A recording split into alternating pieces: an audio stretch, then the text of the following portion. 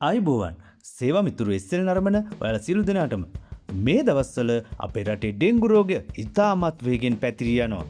ඔබට හෝ ඔබේ දරුවාට උණ වැළඳී තිබෙනවා නම් එය සාමාන්‍ය වෛරසුණක්ද නැත්නම් මාරාන්තික ඩෙන්ගු රෝගයද කියා ඔයා හඳුනාගන්නේ කොහොමද? අද වීඩියෝ එකෙන් අපි කතා කරන්නේ රෝහල් ගත වෙන්නත් කලින් නිවසේදීම ඩෙන්ගු රෝග ලක්ෂණ තහවුරු කරගන්න ආකාරය ගැනයි.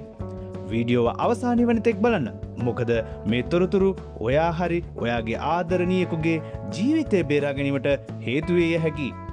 ඩෙන්ගු රෝගයේ මූලිකම ලක්ෂණය වන්නේ තදබල උණයි. නමුත් මේ උණ සමග පහත ලක්ෂණ තිබේදැයි හොඳින් පරීක්ෂාකාරී වෙන්න.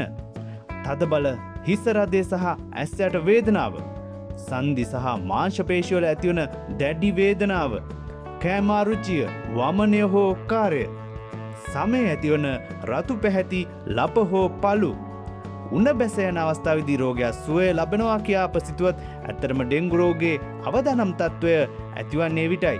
මේ ලක්ෂණ ඇතනම් වහම වෛද්‍ය උපදෙස් ලබා ගන්න.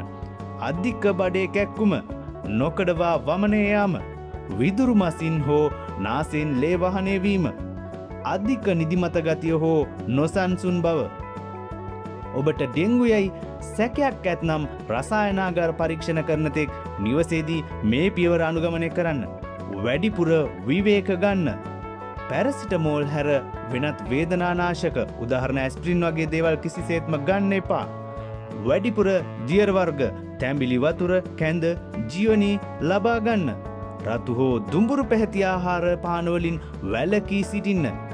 ප්‍රවේශම් වීම ප්‍රතිකාර කිරීමට වඩා සෑම විටම වටිනවා. ඔයාගේ වටපිටාව පිරිසිදුව තබාගෙන ඩෙන්ගු මඳුරුවාගෙන් ආරක්ෂා වෙන්න.